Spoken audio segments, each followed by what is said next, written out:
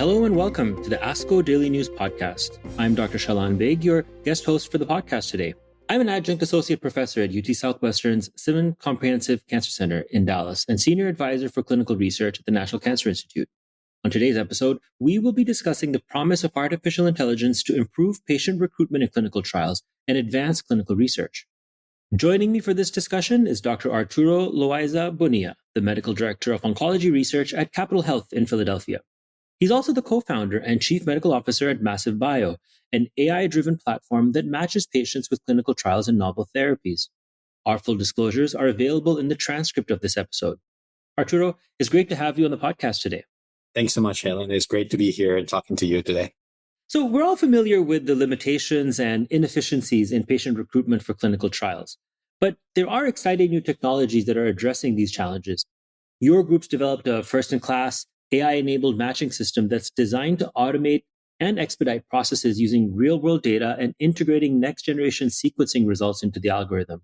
You presented work at the ASCO annual meeting this year where you showed that the benefits of AI and NGS in clinical trial matching, and you reported about twofold increase in potential patient eligibility for trials. Can you tell us more about the study? Yes, no, absolutely. And this is just part of the work that we have seen over the last several years, trying to overcome challenges that are coming because of all these, you mentioned, inefficiencies and limitations, particularly in the manual patient trial matching. This is very time consuming, as all of us know, or many of those in the audience as well, experience on a daily basis, and is resource intensive. It takes specialized folks who are able to understand the nuances in oncology, and it takes, on average, even for the most experienced research coordinator or a principal investigator or oncologist, 25 minutes per trial. Not only on top of that, but in compound. There's a lack of comprehensive genomic testing, right? NGS, and that complicates the process in terms of inability to know what patients are eligible for, and it can delay also the process even further. So to address those issues, we at Massive Bio are working with other institutions, and we're part of this, called the Precision Cancer Consortium, which is a combination of the 7 of the top 20 top pharma focused in oncology. And we got them together. And let's say, okay, the only way to show something that is going to work at scale is people have to remove their silos and barriers, and let's work as a collaborative approach. If we're going to be able to get folks tested more often and get more patients, assessed for clinical trials, at least as an option, we need to understand further the data. And, after a bunch of efforts that happened, and then you're also seeing those efforts in CancerX and other things that we're working together. But what we realize here is that using an AI-enabled matching system, decide to basically automate and expedite the process using what we call real-world data, which is basically data from patients that are actually currently being treated, and integrating any NGS results and compare that to what we can potentially do manually. The idea was to do multi-trial matching, because if we do it for one study, it would be interesting, but it will not show the potential applicability in the real world. So with all that background, that the tool itself, just to give you the punchline of it, was proven highly effective in terms of efficiency. We were able to increase the number of potential matches, and not only that, but reducing the time to the matching. So basically, instead of spending 25 minutes, it could be done in a matter of seconds, right? And when you compound all that across multiple clinical trials, in this case, it was several sponsors coming together, we were able to reduce the manual effort of seeing patients and tested for clinical trials to basically 1 hour, when it would have otherwise taken ridiculous amount of time. And it was quantified as 19,500 hours of manual work compared to 1 hour done by the system to uniquely match a cohort of about 5,600 patients that came into the platform. And this was across 23 trials. Now imagine if we can do it for the 14,000 clinical trials currently in clinicaltrials.gov. So for us, this kind of was an eye-opening situation that if we can increase not only the efficiency, but finding even more trials by integrating comprehensive genomic testing, which in this case was a twofold increase in eligibility for clinical trials, that gives us not only the opportunity for optimized processes using AI, but also a call to action that there is still a lot of undergenotyping, and I know American Society and ASCO and many others are working hard on getting that into fruition. But we need to have systems that remind us that certain patients are not tested yet, and that can improve not only real patients, but the R&D and the process of innovation in the future. Yeah, it's always an important reminder that even some of the highest impact IT solutions or AI solutions are most effective if they can be integrated into our normal clinical processes and into the normal workflow that we have in our clinics to help clinicians do their work quickly and more efficiently. Can you talk about how, over the last few years, the availability of NGS data in our electronic medical record has evolved, and whether that's evolving for the better, and what are some next steps in terms of making that data available in EMR so that such solutions can then pull that data out and do clinical trial matching? Yes. So one of the things that we have seen over the last couple of years is because of the applicability of the 21st Century Cures Act, there is less information blocking, quote unquote, which is, patients not being able to access their information in real time. Now, with the appearances of health exchanges, with patient-centric approaches, which is something that many innovators, including ours, are trying to apply, it's really becoming more relevant. So it's not only helping us to find the patients when they really need to get tested, but also is giving us the opportunity to put those patients into the right treatment pathway when found. Something that's still a challenge, and I think we can work by being more collaborative once again, is my dream, is having these pre-screening hubs, right? Where no matter where you're in your cancer journey, you just go into that funnel, right? And then are able to see, okay, you are in the second line setting for non-small cell lung cancer, EGFR mutated. Now, do you have a MET amplification? Then you go for this study or this drug. Or you haven't been tested yet. You should get tested. You're a pancreas cancer patient who is KRAS wild type. Well, there is a significant chance that you may have a biomarker because that's where most patients are enriched for. So having that opportunity to, at scale, just for the whole country, to get those patients access to that information, I think is crucial for the future of oncology. And I think you're working on the NCI, more than most, how the impact of that can help for those underrepresented patients to get more access to better treatment options and whatnot. And we can activate clinical trials as well in new models, right? Decentralized models, just-in-time models. All those things can be leveraged by using biomarker testing in real-time identification when the patient really needs a trial option or a medication option, because the data is telling us when to activate that in real time. And identifying the patient for a potential clinical trial is one challenge. In oncology, given a lot of our trials are looking to enroll people at a specific time in their disease journey, so we call it first line or second line or third line, becomes the next challenge. So just knowing someone has mutation number 1, 2, or 3 isn't enough to say they would be eligible for a second line BRAF X, Y, and Z mutation at a given trial. I've heard you talk a lot about this last mile navigation for people once you've identified that they may be a soft match for a clinical trial. Can you talk about what you've seen in the ecosystem being developed on how AI is helping both clinics and patients navigate this last mile from the time they're identified for a clinical trial to the time they actually receive cycle 1, day 1? Yeah, absolutely. And that is such a critical point because, as you know, we have helped tons of patients getting trial options, in the thousands of cases. But even my own patients, I give them a report for trial options and they're like, okay, I still need help, right? And we have been talking, with ASCO, with the American Society and many other very good teams.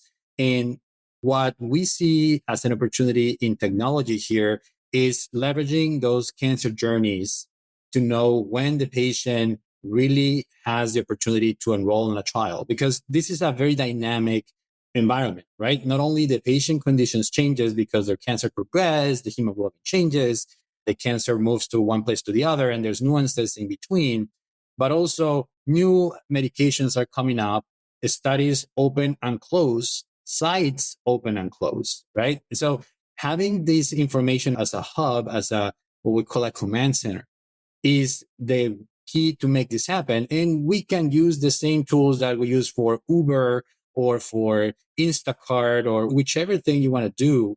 It's already the same concept, right? When you need groceries, you don't need groceries every day. But Amazon gives you a ding, is like, well, I think you may be running out of milk, because they already know how often you buy it, or just having the data behind the scenes of how typically this, in this case, patient journey may manifest based on the biomarker. So let's say a smoldering multiple myeloma is not the same across. One patient with the biomarkers that make them very high risk, the risk of progressing to a multiple myeloma first line treatment eligible patient is going to be much different than someone who has better risk cytogenetics. So using that tool to optimize the cancer journeys of those patients and being able to notify them in real time of new trial options, and also knowing when the patient really has that disease progression. So there's a time of activation for trial matching again. The same way you get a credit score for buying a house, then you know exactly what options are in front of you at that very moment. And that is the last mile component, which is going to be key. What we have seen that we feel is important to invest on, and we have invested heavily on it, is that until the patient doesn't sign the consent form for the clinical trial, that patient is completely unknown to most people. The site doesn't know them because they haven't been there. And if they may be there, but they don't know about the options sometimes. But no one's going to invest on getting that patient to the finish line. There's a lot of support for patients on trials, but not before they enroll in trials. And we feel that this is a big opportunity to really exponentially grow the chances of patients enrolling on trials if we support them all the way from the very time they get diagnosed with cancer in any setting. And we can help that patient on a very unique journey to find the trial options using technology. So it's very feasible. We see it once again in many other equally as complex tasks. So why not do it in oncology when we have all the bona fides across wanting to do this? Can you give examples of where you are seeing it done outside of oncology? That's a model that one can replicate. I mean, oncology is the toughest use case to crack. You have experiences with DCTs in the past and all that. So the big opportunities are for patients, for example, in psychiatry when they need certain counseling and help. We see that also in the medical device when people have diabetes and they really need a device specifically for that unique situation, or also for patients with cardiovascular risk that they can in real time get access to novel therapeutics. And that's how they have been able to enroll so quickly in all these GLP-1 inhibitors.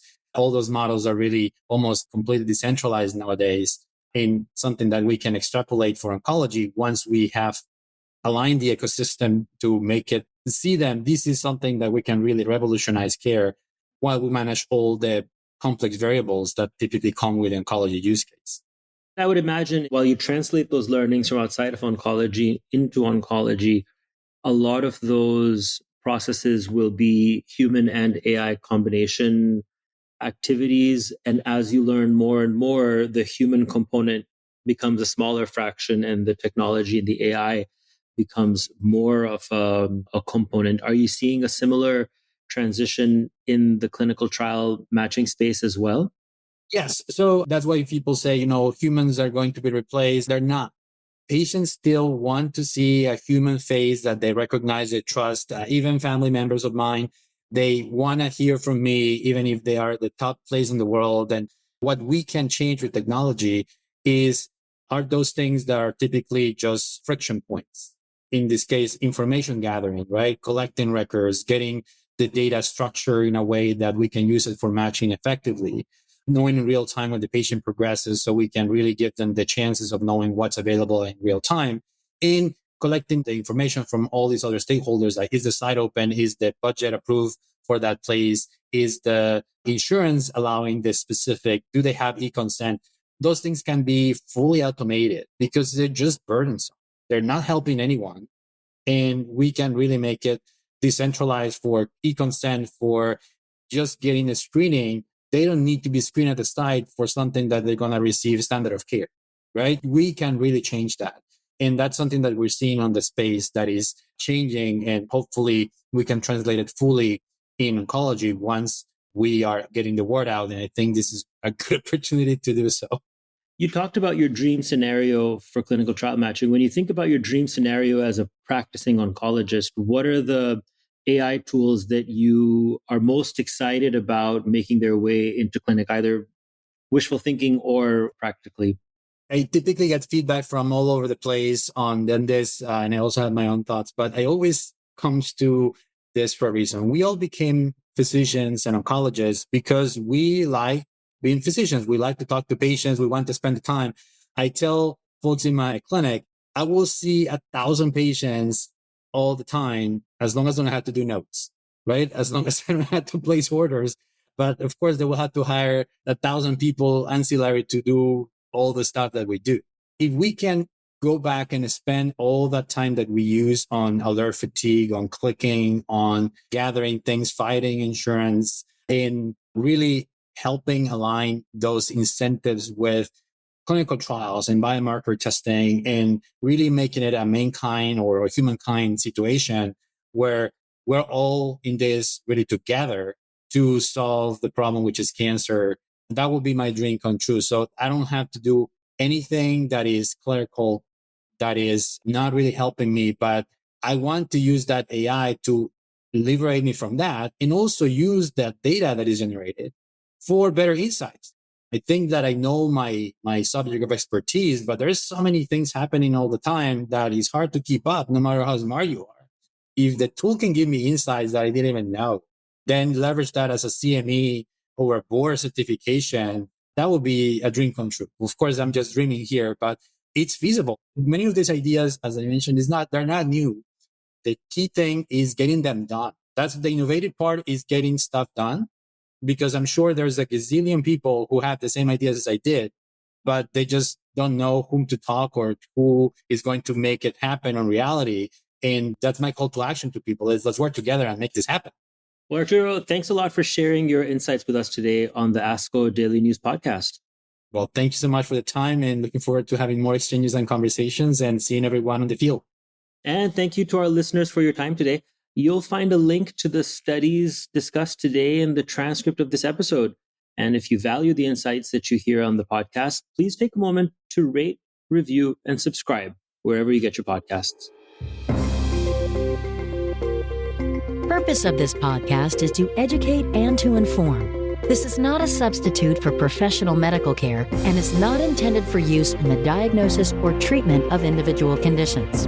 Guests on this podcast express their own opinions, experience, and conclusions. Guest statements on the podcast do not express the opinions of ASCO. The mention of any product, service, organization, activity, or therapy should not be construed as an ASCO endorsement.